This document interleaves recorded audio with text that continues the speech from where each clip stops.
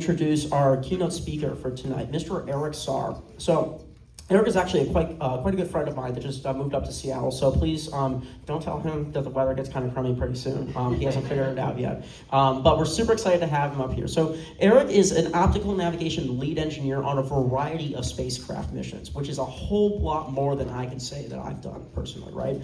He's going to be talking about a couple of missions that he supported, but particularly diving into OSIRIS-REx.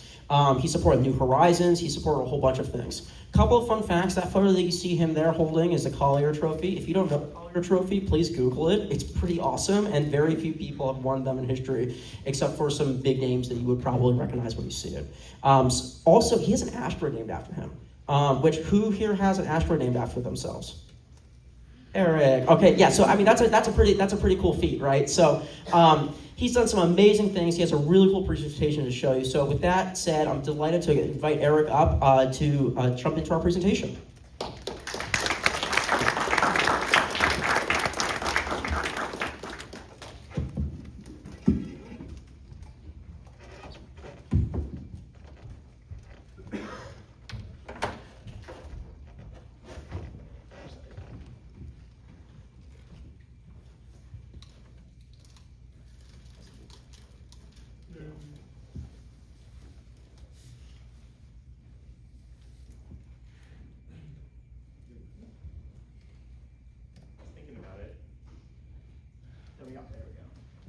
Thanks so much, Bobby, and thanks for everyone here for having me. I'm really excited to give this talk. It's been a long time since I've given one, because we've been pretty busy. So yeah, like Bobby said, today I'm mostly going to be talking about the OSIRIS-REx asteroid sample return mission. This is a mission that's been in flight now for a pretty long time. We launched back in 2016. In short, our primary goal here was to collect a sample from a near-Earth asteroid named Bennu and return it to the Earth for scientists to study. And so I'm going to talk a little bit about how we hacked our way to the surface, right, of asteroid Bennu. Normally we try to plan for everything that we can think of in advance. NASA doesn't usually like us to be working on stuff in real time, but space is a very highly demanding environment. And we're constantly having to deal with new problems that we never would have imagined, and sometimes you have to deal with them pretty urgently. So let's go ahead and hop into it a little bit. We'll talk a little bit about what OREX is doing. So to get down to the surface of an asteroid, we had to spend over 2 years orbiting it. So you can see the clock on the upper left there is moving pretty quickly here. Our spacecraft would be orbiting asteroid Bennu pretty close at times, as little as 600 meters. Above the surface, and these 2 years would give the scientists and navigators time to study Bennu and be able to choose a safe and scientifically interesting sample site. Now, once we're ready, the spacecraft has to fly to the surface autonomously and very carefully in this choreographed series of maneuvers here. We're not just trying to land anywhere on the asteroid. We're trying to get to a very specific site that's safe and scientifically interesting. Once we're down at the surface, the spacecraft's going to collect our sample, and I just want you to, this graphic was before we flew, right? So this is kind of what we were expecting, and we're gonna come back to that.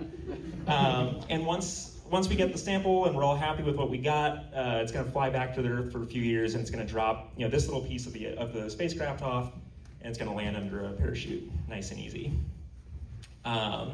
Now, there were some challenges that were pretty unique to OSIRIS-REx that some spacecraft don't really have to deal with. And the first is that Bennu has pretty weak gravity. And so it means that the spacecraft's orbit is pretty easily perturbed, meaning that you're flying along and there's all these things that are pushing you around, and we'll talk more about that later. And so that demands a really demanding operational cadence.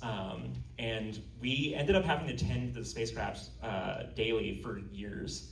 So, I'm talking Christmas Day, I'm talking your birthday, I'm talking every day for years we were flying the spacecraft. And pretty little was known of asteroid Bennu's surface. I'm sure the scientists would not be happy to hear me say that, but it's true.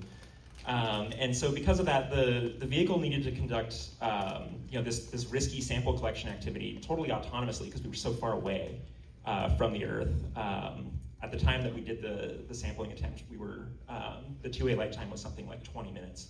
So we can't joystick it down. The spacecraft has to do it all itself. And the mission plan requires an unprecedented degree of navigation accuracy and precision in order to accomplish all of these goals. And so we had this technique known as optical navigation that we developed and refined to meet these mission requirements. And so why do we need this optical navigation, right? Like, why can't we just use the normal navigation to get down to the surface? Well, so for starters, asteroid Bennu is pretty small, right? So this is the Empire State Building here in New York City, and this is the asteroid next to it at the same scale, right? So you're basically flying around in the solar system and you're trying to find basically just a small skyscraper, right? And small in the solar system sense. Empire State Building is a big one. And so this asteroid has a pretty weak gravity field as a result. It's only about 1/100,000th of what we experience on Earth right now. And so this means that the spacecraft's trajectory isn't really dominated by Bennu's gravity the way your spacecraft would be orbiting the Earth or another larger object. And you don't have to worry too much about what you're seeing here, but the sense that I want you to get is these are all the different forces that we had to account for when flying the spacecraft. And a lot of this stuff, you're really like, wow, that's a hard one. So this little red one here, these little red crosses, that is the reflection of the sunlight off of our solar panels pushing the spacecraft. And you can see that's one of the more dominant forces that we're having to deal with. And somewhere in there, I don't know which one is which, but one of the ones on the top is Bennu's gravity. So at certain points, we're having to deal with these weird things that are pushing us around in a way that we wouldn't have to do on other spacecraft. So let's talk about how we actually are doing that to start. So first, if you're gonna take a spacecraft and navigate it from the Earth, you've got to know where the Earth is. Easy enough, right?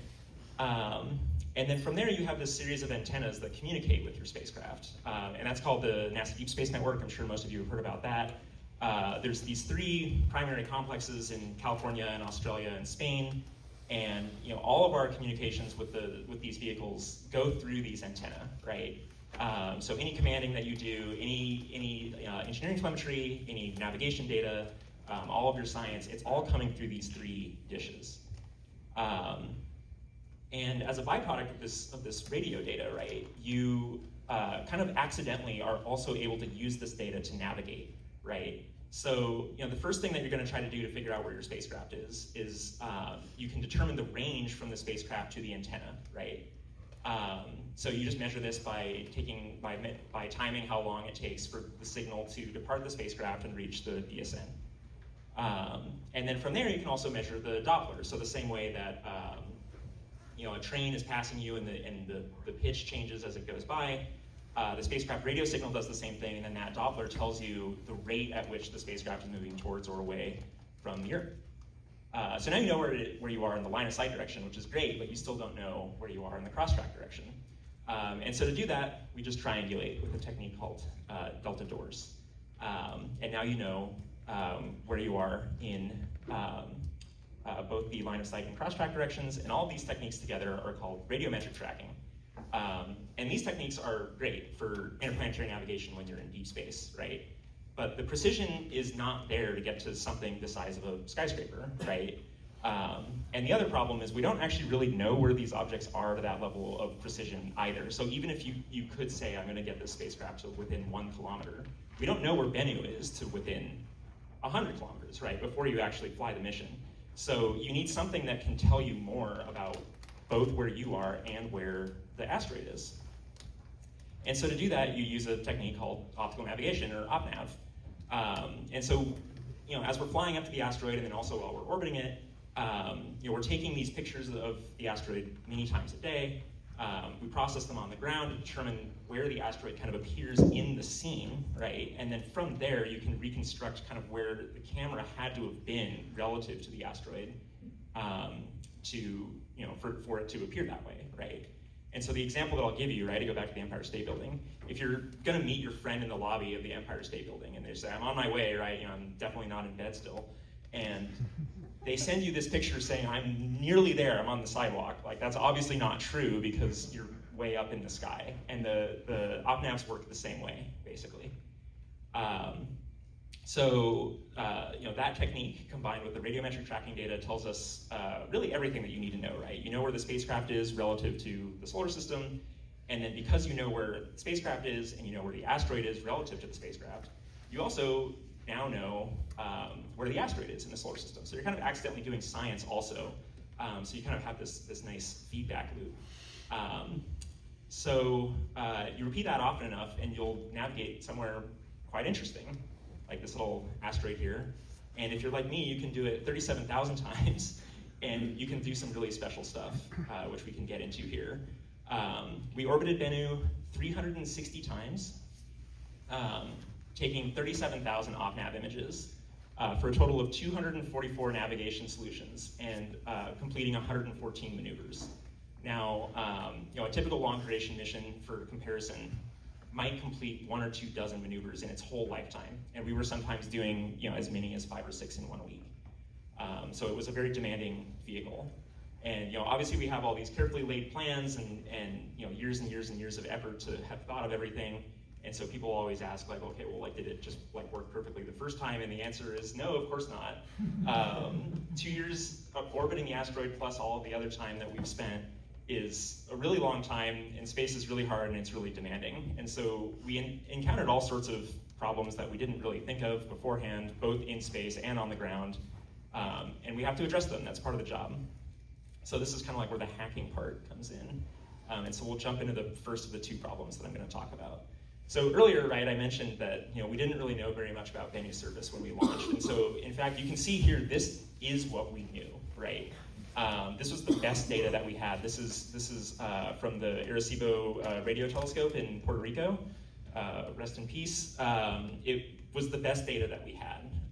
And the scientists, through lots of other inferences and stuff like that, they were anticipating this nice sandy beach, like in that picture that you saw earlier, maybe a couple of boulders that you'd want to stay away from, and then you also kind of get a sense that you're going to be flying around this little charcoal briquette in space. But other than that, you don't really know very much about what's going to be going on over there. However, we're taking these op-nav images every day, and as it starts to zoom in, right, as we're getting closer and closer, this didn't really look like a sandy beach to me, right? Like, you see lots of these big boulders, you see lots of shadows and stuff, and the surface ends up looking pretty rugged, right? And we realized that this entire place is hazards. I'll have you hold your question for just a moment there.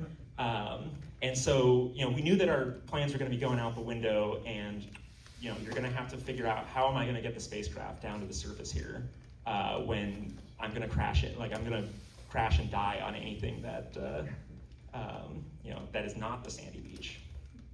And I'll take your questions at the end if that's okay. So you look around at the whole surface, right, and you find a couple of places where you're like, yeah, like that. There's probably some material that's small enough that we could sample it. But you've got to get the spacecraft there still, right? So this circle here in this picture is about 10 meters across, right? And if you really look up close, you're like, yeah, I don't see any like big scary shadows or whatever. But the problem is that what we had told NASA that we could do, I think that's turning out pretty good on the screen there, is this red circle, a 50-meter diameter uncertainty.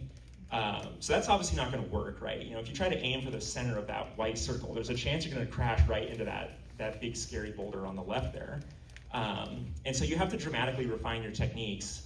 And the spacecraft is launched, right? You can't make any hardware changes. Whatever you do, it has to be something that you can send over to the radio to the spacecraft. So we're going to have to move a bunch of the responsibility for navigating the spacecraft off of the ground, on board the spacecraft, using a computer that was not meant to do that, because as I'm sure you're all familiar with, these computers are bad.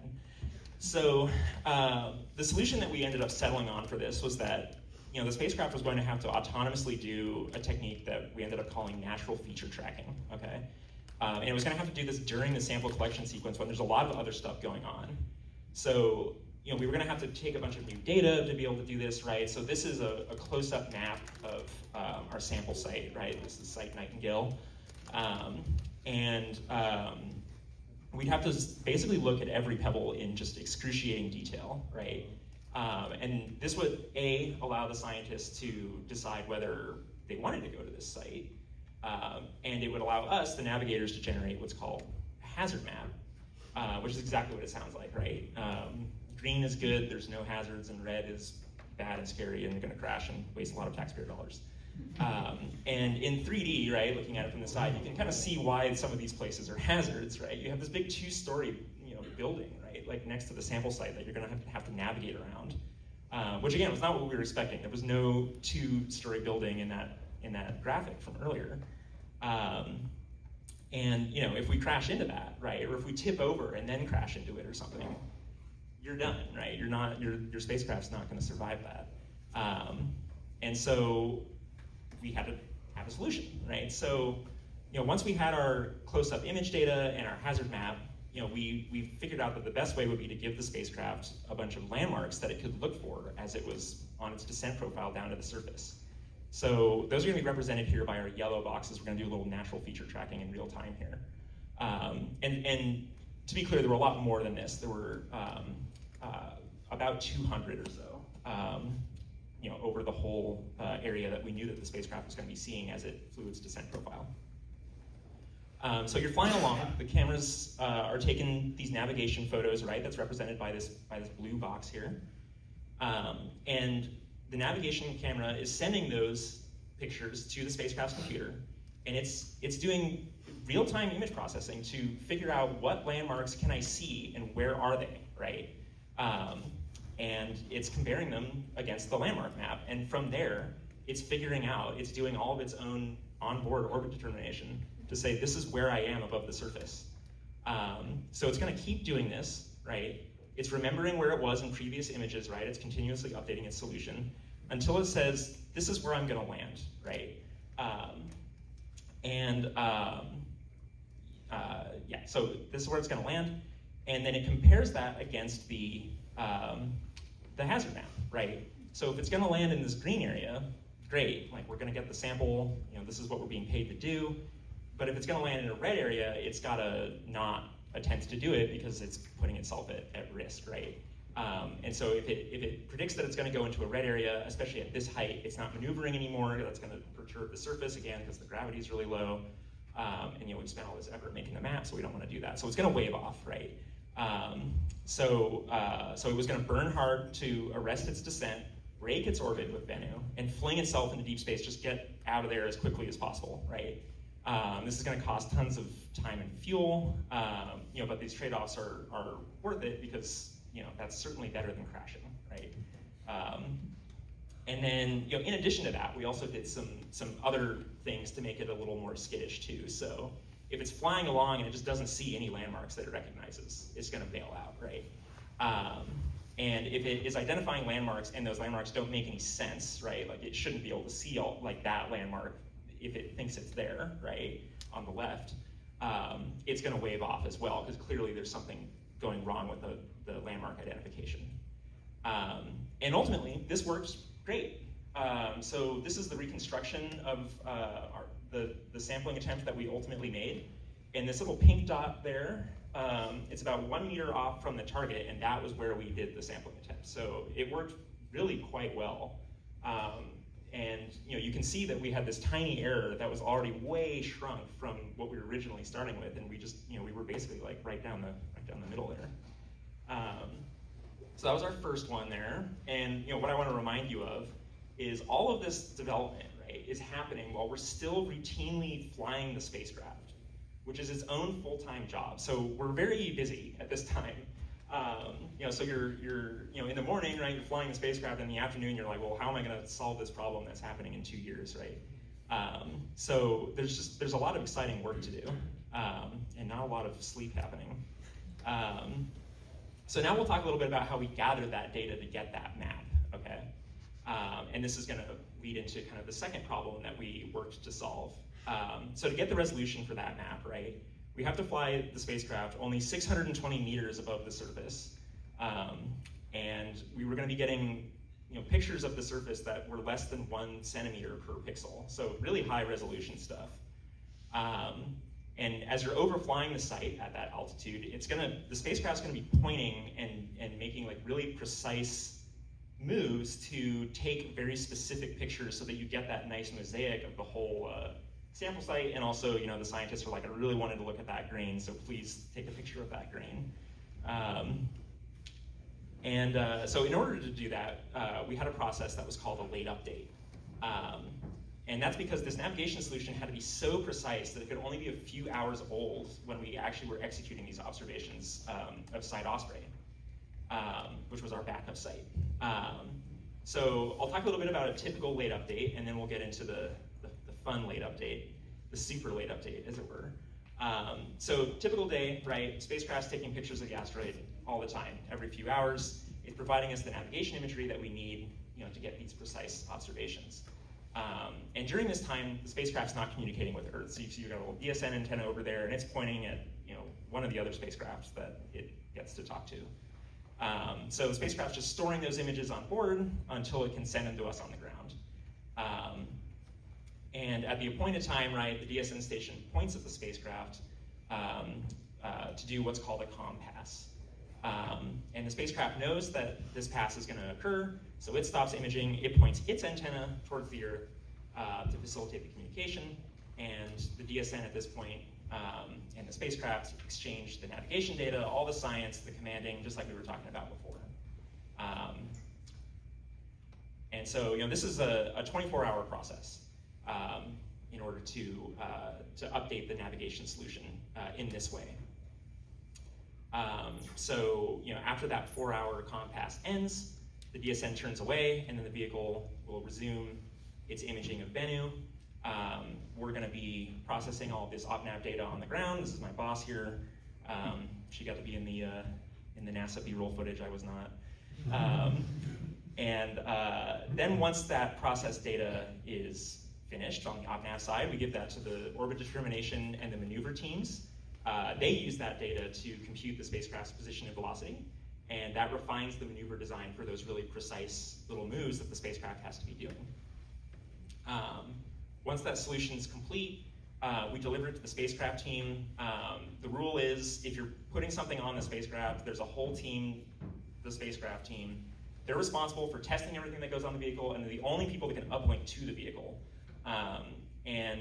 Because of this late update cycle and all this work that had to happen, so they worked the graveyard shift for 2 years to do all of this testing and ensure that there were no mistakes prior to uplinking anything to the spacecraft, but there actually never were, so I'm sure they appreciated that, because I wouldn't want to do that kind of engineering at 3 a.m.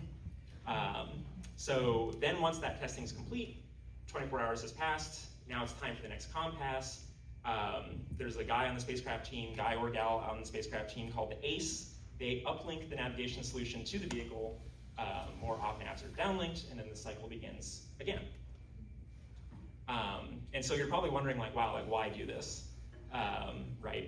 Besides that precision, because you need the late updates because you really don't want this to happen, where the spacecraft thinks, I'm pointing at the asteroid, I'm going to take a picture of the asteroid, and it just completely misses, right? That's obviously bad for science, and it's really worse for navigation, because if you remember my diagram from before, you need the OpNavs to tell you where you are relative to the asteroid.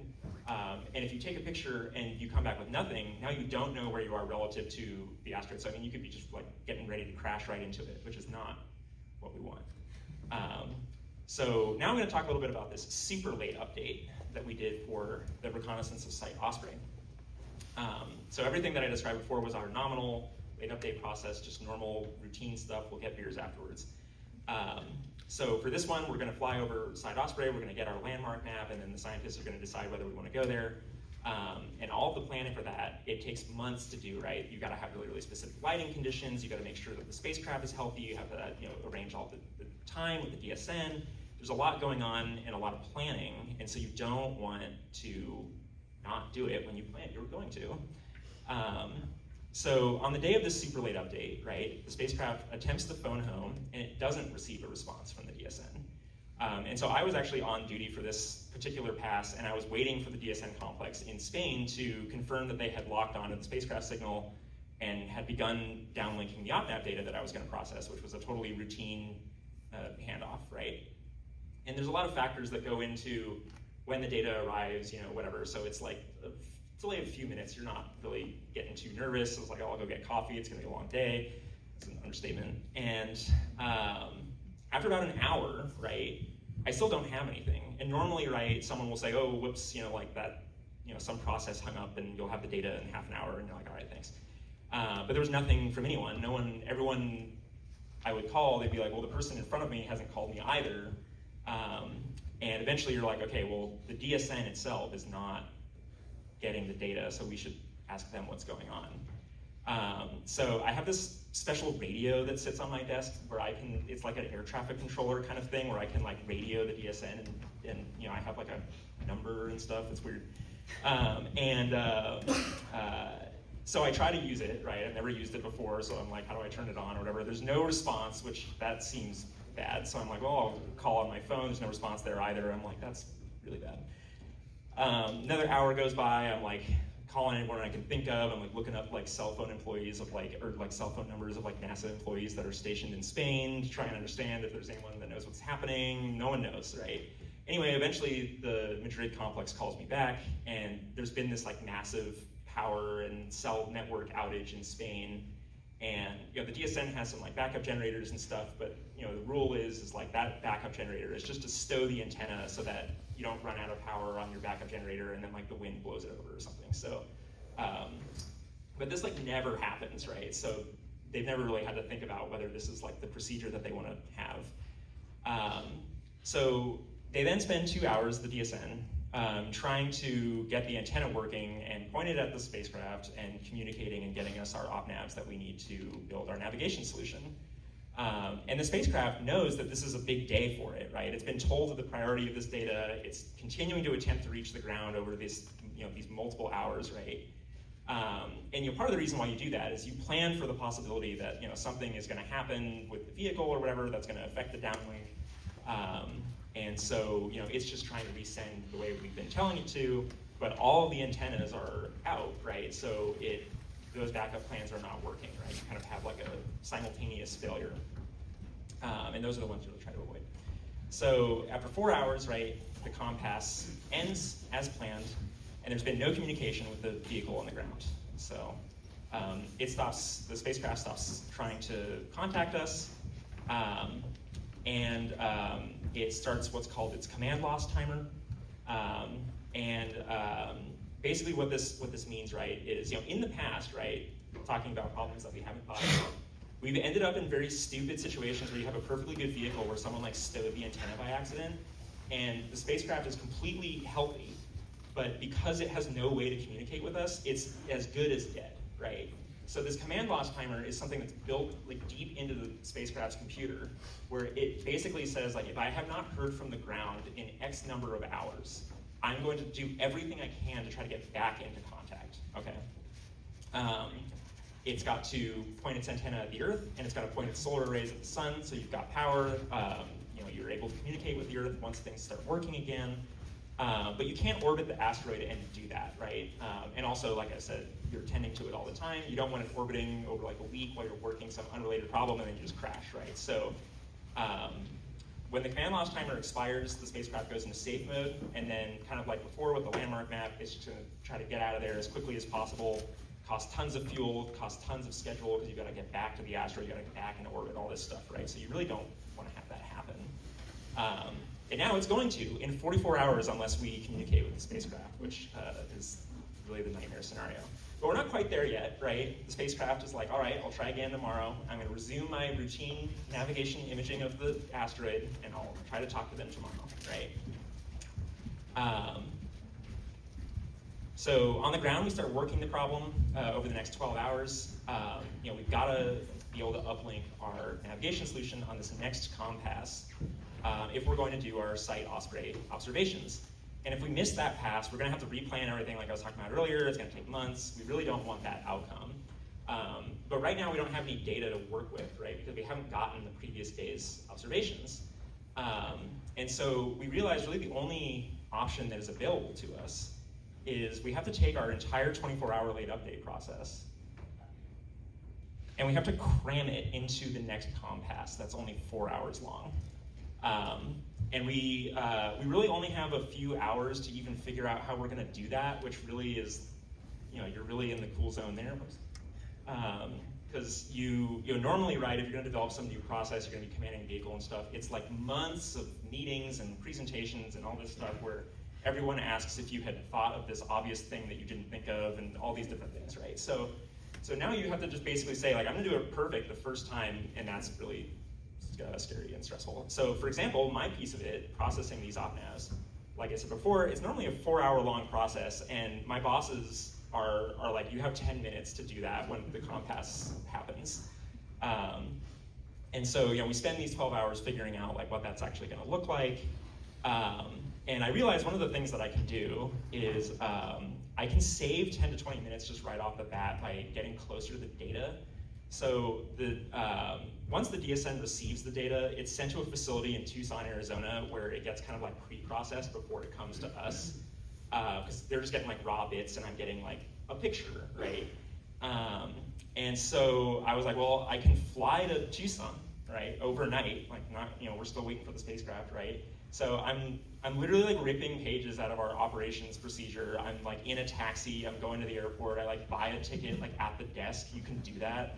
I like fly this red eye to Tucson, right? I'm like practicing the procedure on the plane. I get it down to about 6 minutes on the plane. I was pretty stoked about that. And I'm like practicing it so much, the flight attendants like, we're landing, like put the laptop away. So I land, my phone reconnects, right? Madrid DSN complex is working again. Great. Now we're gonna be able to communicate with the spacecraft on the next compass. So this whole kind of crazy plan that we're trying to figure out is like, we're gonna try to do it, okay. So I sleep on my brother's couch for a few hours. He was living in Tucson at the time. I go in early to the facility where they do the data processing. There's some other engineers there, and they're helping me. They're gonna do whatever they're doing on their part of the process to like get me the data a little bit faster. They also have to let me in. Like I don't have a reason to go to this facility, so they have to like unlock the door for me. Yeah, so I get to the building. And I'm getting ready to process the OpNavs just as soon as they're on my machine, right? I'm thinking about the command loss timer. I'm like, I really hope that I don't screw this up because I'm kind of like the first step. It feels scary.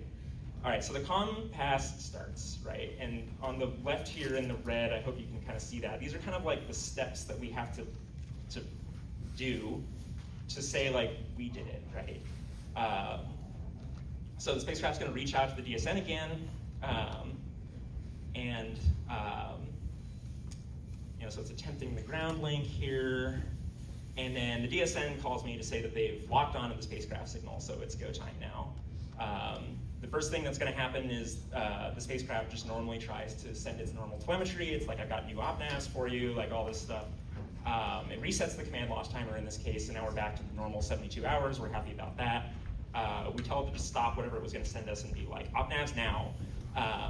And so it starts downlinking those, and we've got about 4 hours to see if this whole plan's gonna work. So that takes about 40 minutes. We have a pretty bad connection with these spacecraft, but it's pretty far away. And so with just a fraction of the data that we normally use, we start processing, and we have 3 hours and 20 minutes until the compass ends. So I finish my processing and I deliver it to the next folks. I take exactly the 10 minutes that has been given to me. My part's done. And now the orbit determination and the maneuver teams have about an hour to complete their part, normally about a 5-hour process. And we have 3 hours and 10 minutes until the compass ends. So the orbit determination and maneuver teams, they finish their efforts, and they hand over the navigation solution to the spacecraft team. They do their testing, not on the graveyard shift this time, so I don't know if they appreciated that or not. It's probably pretty stressful. And we have about 2 hours and 10 minutes until the pass ends. So the test finishes, there's no issues. The ACE prepares to uplink the solution to the spacecraft. We have about an hour left now. So our little email goes to the DSN and then up to the spacecraft. And with 40 minutes to spare, the navigation solution is now on board. So we've done it. And we can now command the spacecraft to say, okay, do the original plan that we had told you to do many weeks ago. The compass ends just a few minutes later, and DSN turns away, and then the spacecraft is going to execute its maneuver to get closer to Site Osprey here. There we go. And it's going to do that scan that we looked at earlier, and it's going to collect the data to build our landmark map. So this was Site Osprey, right? This was the data that we had when we decided like we're going to look at that. It's just this nice gentle crater, right, with that big kind of coffin at the top that would be our coffin if we hit it. And now we're able to see the site in unprecedented detail, right? So that coffin's about 3 feet wide, and there's individual pixels in this picture that are less than 1 centimeter. So this is like really, really good detail of the surface here. And so about a year later, maps in hand and natural feature tracking on the brain, the spacecraft successfully sampled the asteroid surface, which was scary and violent in its own way. We'll do that one more time. It's fun.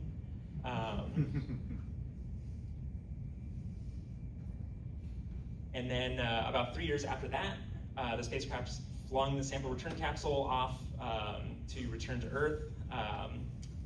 And that sample return capsule streaked through the atmosphere. And then eventually you're going to see it under a parachute here in a nice gentle landing in the Utah desert. So the scientists were very delighted with that.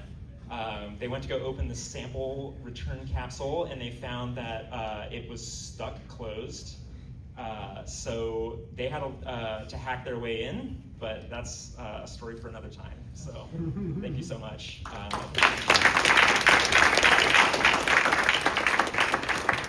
So I know it's dinner time, so I don't want to get in the way of that, but if you have any questions, I'm happy to take questions while some of you are getting dinner or whatever we want to do. So how far away is the comet? Pardon? How far away was it? So the asteroid orbits the sun kind of in between the Earth and Mars. So its orbit brings it as close to the Earth and then as far as Mars from the sun. And actually one of the reasons why it was chosen was because it at one point, it no longer does, had it was one of the higher risk asteroids that we knew about that could impact the Earth, but in like 150 years, so don't lose sleep on it. Yeah. Was it ever considered either, like, what did you guys do with the probe after you sent the capsule back? Did you just let it go, or No? So good question. The question was what are we doing with the vehicle now?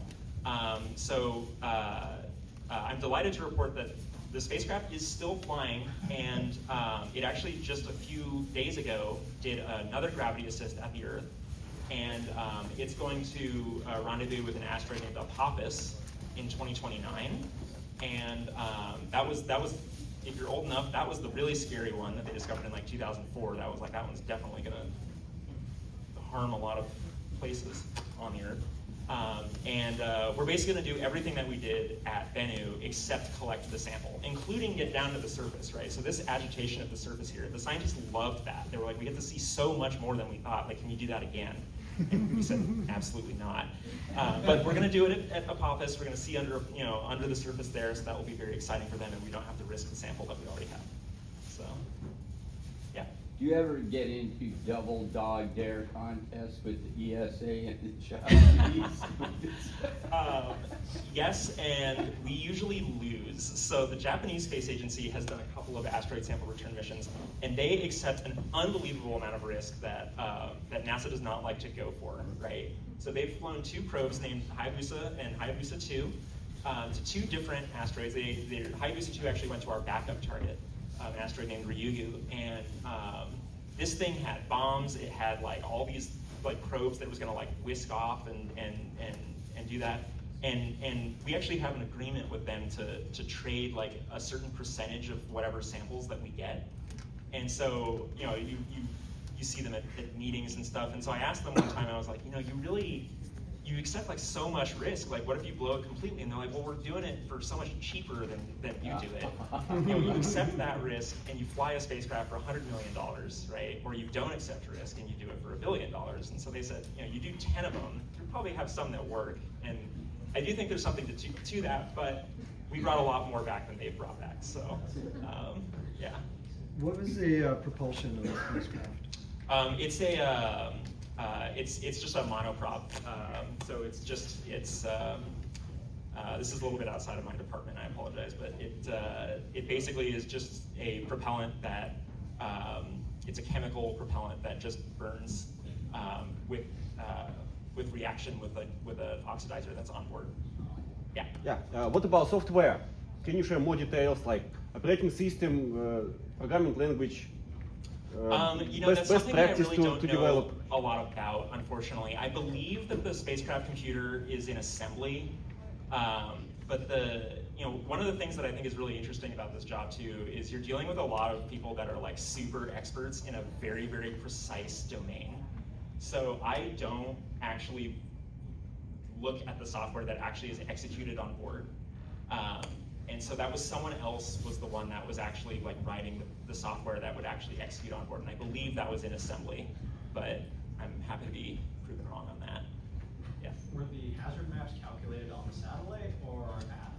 No, so this map that I showed, that red and green, we did that on the ground. So that was just something that we gave it to use to compare against. Yeah, but for the landmarks and then the potential landing areas as it's doing the optical navigation, you said that was being calculated real time on the satellite. Like what amount is being calculated? So the spacecraft is doing all of its own orbital mechanics about itself, right? So as it's descending down, it's using its orbital mechanics math to say this is where I'm going to intersect the surface, and then comparing that against the hazard map. Okay. Yeah. Does it use LiDAR? So actually, the original plan was to use LiDAR, and that was what was going to give us the 50-meter uncertainty, but it's just not good enough, right, to get into these tiny little spots. Yeah. This might be a little dumb. So Not at all. If the gravity is so less, why is crash so phenomenal? Is it because the asteroid is moving at a fast? No, so these things are just not very robust, for lack of a better word. Like it's like some of these materials, right? It's like it has to be so, like you're cutting out as much mass as possible because you just want to carry more fuel with you, right? And so it's the sort of thing where there's probably materials on the spacecraft that it's like tin foil, right? You just poke right through it with your finger by accident. And so any collision of any kind was thought of as immediately fatal. Maybe you'd get lucky and it wouldn't be, but we'd rather not find out. Yeah. From the material you guys brought back, what was the material like? And then the particles that were stuck to it as well? Sure. So I'm not sure if I have any kind of good, you can't really see it super well. So we brought back about double what we were supposed to bring back. So we were supposed to bring back about 60 grams. That was kind of our minimum success criteria. We brought back a little over 120. So what I'm told in the aggregate, right, was that it looked like space, right? You have this extraordinarily dark material, and so everything that you're seeing here is the material there, and then it just has these kind of like glittering, like I'm not a geologist, right? So I don't really know, but like these glittering like things in the material that kind of want to reflect light. My understanding is the scientists were quite delighted with what they found in there, like all sorts of things that they weren't expecting to find. There's another person that will have to come give that talk who's much better at that answer than I would be. Do you have a general idea what kind of composition, what kind of material it was? Well, the spacecraft, or the asteroid rather, is a carbonaceous asteroid. But like I said, this is very, very far outside of my domain. So I wish I knew more about it, but it's complicated. You can get PhDs in this stuff, right? So, yeah. Any other questions? All right. Well, thank you so much.